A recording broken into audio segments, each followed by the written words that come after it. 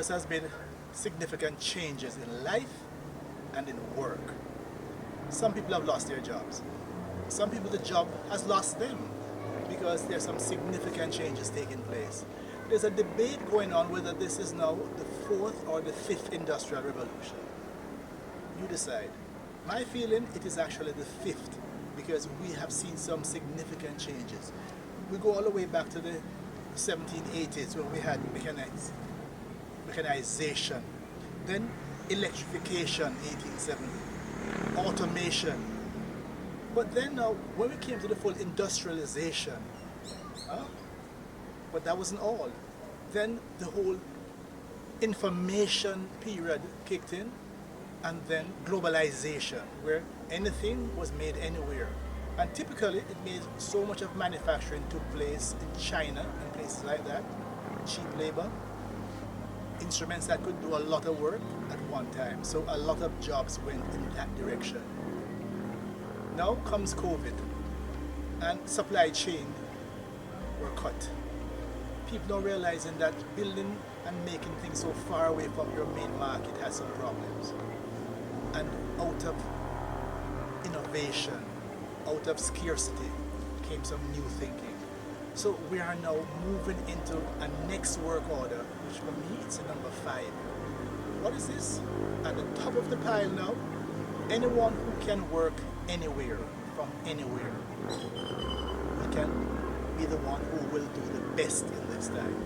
Some jobs are gone forever. As you can see now, people who can work from home are still employed. People whose jobs are not able to be done from home, either they go in on some days or they don't go in at all.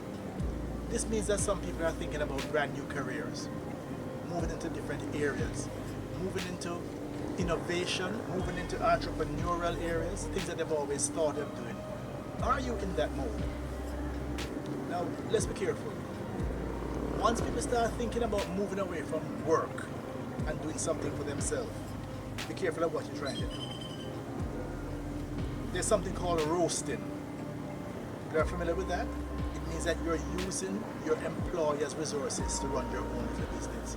We have a problem with that. But if there's no employer, then that's not happening. Then we have something called hustling. Hustling, seasonal opportunities. Rain falling, you sell umbrella. Sports game keeping, you're selling flags or a t-shirt. Hustlings come and go, but it's not really sustainable. There's also something called owning a job, meaning it's just you alone doing it. So guess what? When you're sleeping or when you're not feeling well, the job no longer exists. So if you have a chance to think of something now, take that into consideration. Margin gathering, long-term type of business that, where you can buy something, sell it back, and you get a margin from it. A lot of people are now moving into that area, but guess what? The lower the barriers for entry, the more people will enter, and the few people will make money. So is that what you really want to do? How about a new product or a new service? That's where the hard work, but that's where the main benefits come from. But guess what? Be aware that 90% of new business fail within the first 5 years. What does failure mean? It means one way of doing it don't work out, so you try it another way. You try another way. And the faster you fail, is the faster you succeed. Are you willing to try this now? Have your attention? All right. Step 1. What needs exist? Check around you, where you live, where you socialize. What needs exist? Talk to people. Do your own informal research. Ask questions. Next, who is willing to pay? No. Needs exist and people would love to have certain things, but guess what? They don't want to pay for it. That's a non-starter. So what needs exist and who is willing to pay? Step 3.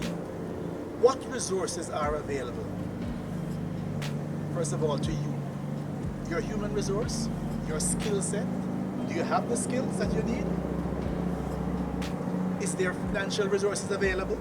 Are there manufacturing resources? Are there natural resources needed? So you're going to go in some agricultural venture. Do you have the land already? Can you access it? What is available? do the research to find out what's available. Next step, what knowledge do you already have? What skills do you already have that you can apply to this? Or do you have a partner who will have some of the skills? If the skills aren't readily available, are you willing to learn new things? And here's the wonderful thing about today. Anything you wish to learn can be learned via the internet, YouTube, all kinds of free courses and classes. Next step, what can you deliver? What product or service can you deliver? Clear on that? You know exactly what it is you can deliver and how you can deliver it and what price you can. Next step, you go out to find customers to get the product to them and get paid by them. So it's a start with a basic thing. What needs exist. So many times people just start, bam, I want to do X.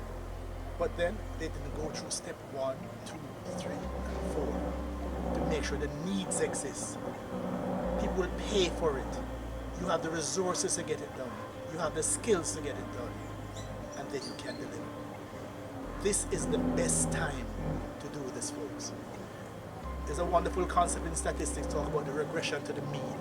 That when you measure something and it's very low, things are very bad, chances are the next measure is going to be much higher. 2020 was so bad that guess what? We are due a good year, 2021. Get ready for it.